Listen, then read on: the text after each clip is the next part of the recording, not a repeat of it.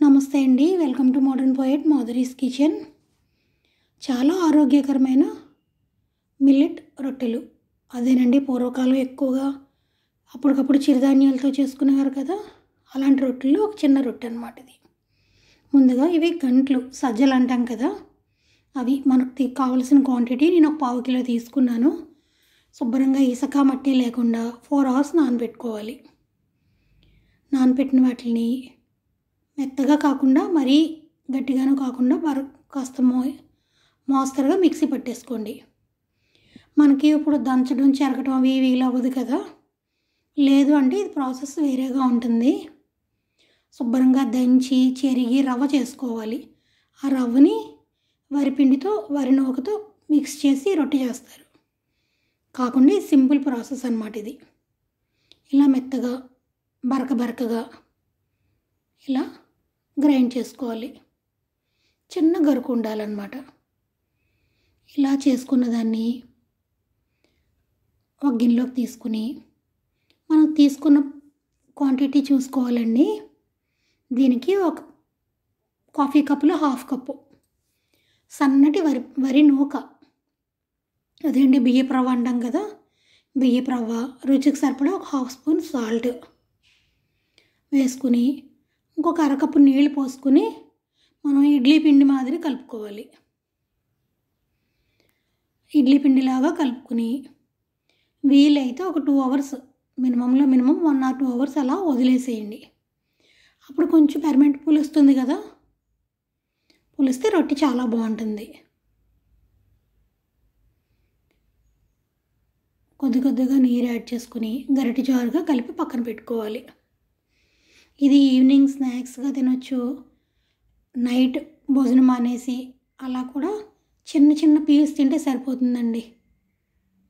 ఇలా ఒక 2 hours పక్కన పెట్టుకుని బొబ్బర్లు ఇవి 3-4 hours నానబెట్టుకుని ఉడికించుకుని పక్కన పెట్టుకోవాలి.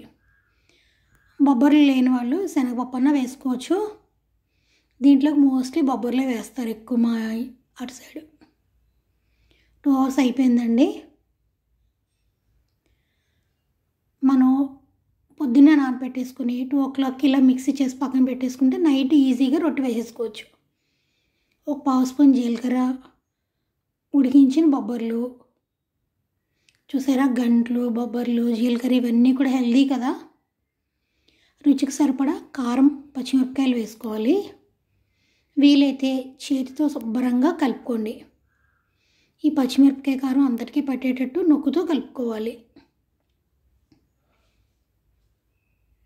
ఇలా కలిపేసి కాస్త దలసరి పెనం తీసుకోవాలండి. నాన్ స్టిక్ ప్యాన్ కన్నా ఇత్తడి కానీ అల్యూమినియం కానీ బెటర్ అండి. ఇనపదైనా పర్వాలేదు, ఇది కాస్త దలసరిగా ఉండాలి.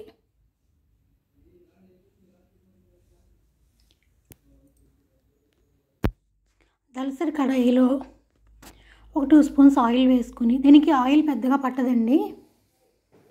ఆయిల్ వేడైన తర్వాత ఒక 3-4 గరిటెలు ఇలా దెబ్బ రొట్టి, మనం మినప రొట్టి వేస్తాం కదా, అలాగే కాస్త దలసరిగా వేసుకోవాలి. లేదు ఇలా మీకు దలసరిగా ఇష్టం లేదు అనుకున్న వాళ్ళు పలచని అట్టలో కూడా పెట్టుకోండి, కానీ ఈ టేస్ట్ వేరుగా ఉంటుంది.